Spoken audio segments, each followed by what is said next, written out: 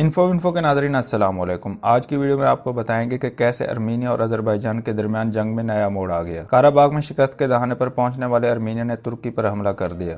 ترک حکام نے بڑا فیصلہ کر لیا۔ ارمینیا صفحہ ہستی سے مٹنے کے قریب، ترکی کے ساتھ پنگا لینا مہنگا پڑ گیا۔ ارمینیا کے صدر نے تاریخ کی سب سے بڑی غلطی کر ڈالی۔ روس ہمیشہ کی طرح خاموش تماشائی بن گیا۔ ویڈیو میں آپ کو یہ بھی بتائیں گے کہ گانجا کے مکینوں نے کیسے حملے کے بعد ارمینیا کی بینڈ بجا کے رکھ دی۔ ویڈیو کے آخر میں ہم آپ کو بتائیں گے کہ قرہ میں ارمینیا کو کیسے شکست ہو گئی۔ ارمینیا کے ایک بعد ایک میزائل ٹھوس ہونے لگے۔ آذری فوج نے ارمینیا کی جانب سے داغے گئے سمرچ میزائل کو ناکارہ بنا ڈالا۔ آذربائیجان کے صدر کے جیت کے شاندار اعلان نے امت مسلمہ کے دل جیت لیے۔ ویڈیو میں آگے بڑھنے سے پہلے نئے آنے والے دوستوں سے گزارش ہے کہ چینل کو سبسکرائب کر لیں اور گھنٹی کے نشان کو ضرور دبا دیں۔ ویڈیو کو واٹس ایپ گروپس اور فیس بک پر بھی ضرور شیئر کر دیں۔ ناظرین کرام، قرہ میں ارمینیائی فوج کے ہوش ٹھکانے آ گئے۔ آذری فوج کی تاریخی چترول نے ارمینیائی فوج کو تگنی کا ناچ نچا دیا۔ قرہ میں پچھلے 30 سال سے قابض ارمینیا کے غرور کو خاک میں ملا کے رکھ دیا۔ اپنی فوج کا حوصلہ بلند کرنے کے لیے ارمینیائی وزیر اعظم کی بیوی میدان میں اتری، لیکن فوج ایسی ڈرپوک ثابت ہوئی کہ پھر بھی شکست کھا گئی۔ آذربائیجان کے خلاف جنگ میں دم دبا کر بھاگنے والی ارمینیائی فوج نے ترکی پر حملہ کر ڈالا۔ ترکش حکام نے اسے بہت بڑی سازش قرار دیتے ہوئے اس کے خلاف کمر کس لی۔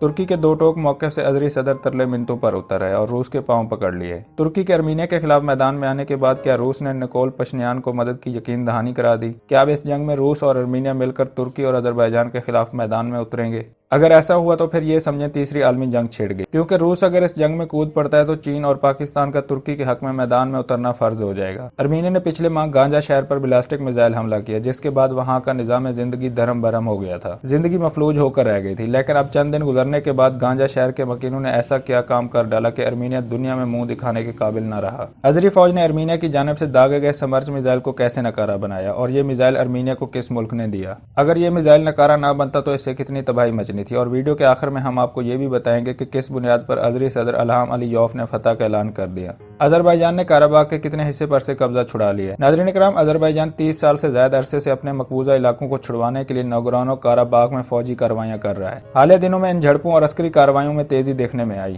ارمینیا جنگی میدان میں آذربائیجان کے سامنے مذمت کرنے سے قاصر ہے تو اس نے آذری شہروں کو ہدف بناتے ہوئے عام شہریوں کو قتل کرنا شروع کر دیا۔ اور یہی نہیں، قرہ کے علاوہ دیگر مقامات پر آذربائیجان کو جنگ کے لیے مجبور کرتے ہوئے روس کے ساتھ طے شدہ اجتماعی سیکیورٹی معاہدے کو عملی جامہ پہنانا بھی ارمینیا کے ہدف کا حصہ ہے۔ ارمینیا اس حکمت عملی کے ذریعے کھلم کھلا جنگی جرائم کا مرتکب ہو رہا ہے۔ آذری فوج ایک ماہ سے قرہ میں فوجی کارروائیوں میں مصروف ہے۔ آذری فوج نے اولین طور پر شمالی اور جنوبی سمت سے کارروائیاں جاری رکھیں تو حالیہ روز میں خاص طور پر جنوب مغربی سمت میں اہم سطح کی پیش قدمی کی جا رہی ہے۔ فضولی اور جبریال اور اہم علاقوں سمیت زنگلیان پر بھی قبضہ کرتے ہوئے اس نے ارمینیائی قوتوں اور ایران کے درمیان رابطے کو مکمل طور پر ختم کر دیا ہے۔ آذری فوج جنگی میدان میں ان فتوحات کے بعد جنوبی لائن سے شمال کی جانب پیش قدمی کرتے ہوئے بہت ہی بڑی راہداری تک رسائی کی جستجو میں ہے۔ آذربائیجان کے صدر الہام علیوف نے کہا ہے کہ ناگورنو قرہ میں ارمینیا سے دوسرا بڑا شہر شوشا بھی حاصل کر لیا، جبکہ ارمینیا نے تردید کر دی ہے۔ آذربائیجان کے صدر الہام علیوف نے باکو میں شوشا پر فوج کے قبضے کا اعلان کرتے ہوئے کہا کہ آذربائیجان کی تاریخ میں یہ ایک عظیم دن ہوگا۔ باکو میں شہریوں کی بڑی تعداد فتح کا جشن منانے کے لیے جمع ہوئی، جن کے ہاتھوں میں قومی پرچم تھے اور نعرے لگائے۔ دوسری جانب ناگورنو قرہ کے عہدیداروں اور ارمینیا کی وزارت دفاع نے الہام علیوف کے دعووں کو مسترد کر دیا۔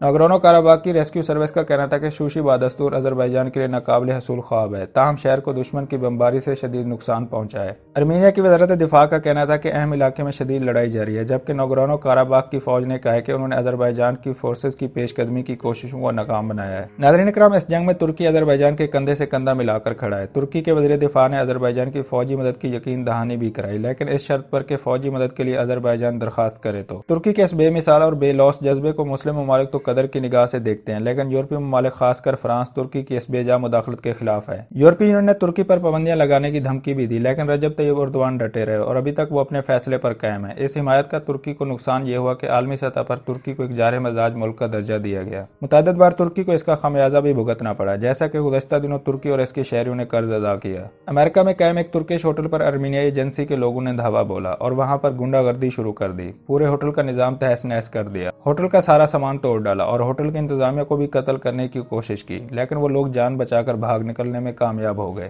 ارمینیائی لوگوں کے اس حملے کی مذمت امریکی حکام کی جانب سے بھی کی گئی، لیکن کیا صرف مذمت سے نقصان کا ازالہ ممکن ہے؟ لاس اینجلس میں ترکی کے قونصل جنرل کین اگوز نے بھی اس حملے کی مذمت کی اور کہا کہ یہ حملہ مجھے 80 کی یاد دلا رہا ہے۔ ارمینیا کی آزادی کے لیے ارمینیائی سیکرٹ